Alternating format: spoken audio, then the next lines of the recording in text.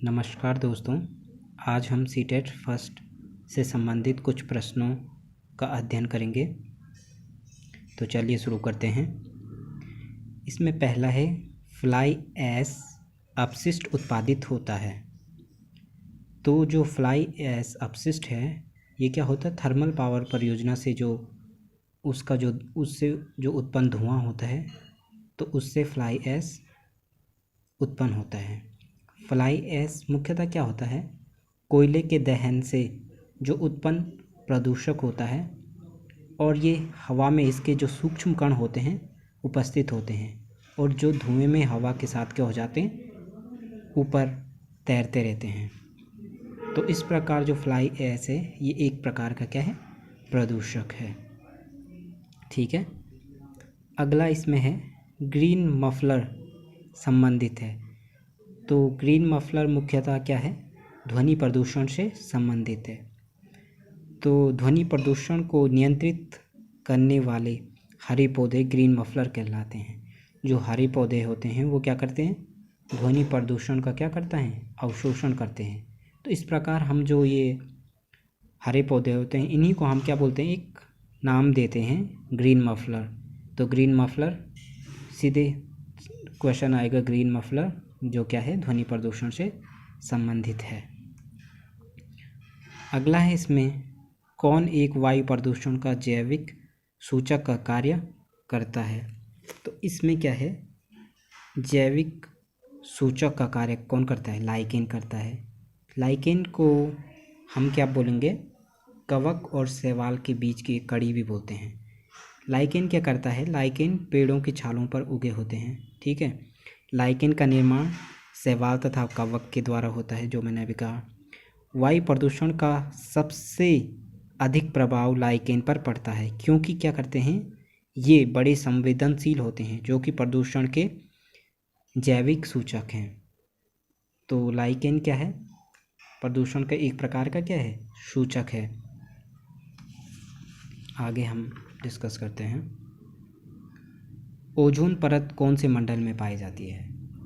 जो ओजोन मंडल है, ओजोन परत है, वो क्या है, हमारी समताप मंडल में पाई जाती है। समताप मंडल या स्ट्रेटोस्फीयर। ठीक है। तो ये पृथ्वी से लगभग कितनी, 10 से 50 किलोमीटर की ऊंचाई पर अवस्थित होती है हमारा समताप मंडल। तो यह परत सूर्य की हानिकारक पराबैंगनी किरणों को पृथ्वी पर आने से क्या करती है, रोकती है। और ओजोन परत को जो हम मापते हैं उसकी जो इकाई होती है वो क्या होती है, डॉप्सन होती है। अगला जो फैक्ट है इस पर, फूलों की घाटी कहाँ स्थित है। तो फूलों की घाटी उत्तराखंड राज्य में स्थित है। फूलों की घाटी उत्तराखंड के चमोली ज़िले में स्थित है और इसको यूनेस्को द्वारा सन 1982 में इसे क्या किया गया, विश्व धरोहर सूची में सम्मिलित किया गया। और फूलों की घाटी की खोज सन 1931 ईस्वी में ब्रिटिश पर्वतारोही फ्रैंक स्मिथ द्वारा की गई। जब फ्रैंक स्मिथ इस घाटी से गुजर रहे थे तो उन्होंने क्या देखा, एक जो जगह ऐसे मिली जहाँ पर क्या है, फूल ही फूल थे। तो बाद में इन्होंने अपनी जो बुक लिखी, वैली ऑफ फ्लावर, उसमें उन्होंने इस घाटी का क्या करा, विवरण किया। तो इससे लोगों का ध्यान क्या हुआ, फूलों की घाटी की ओर आकर्षित हुआ और इसे विश्व में प्रसिद्धि मिली। अगला है, कौन सा पादप अंटार्कटिका पर पाए जाने वाले पादपों में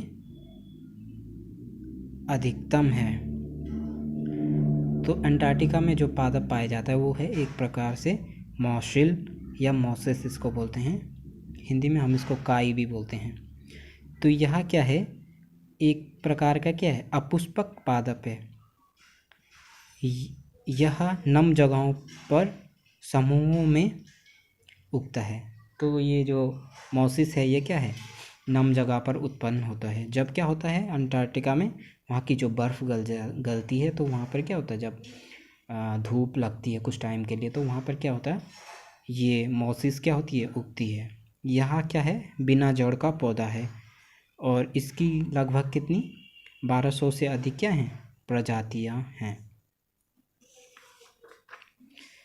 आगे है इसमें Madhubani painting. Madhubani painting CTET में एक इम्पोर्टेंट क्वेश्चन आता है और ये लगभग हर बार आता है।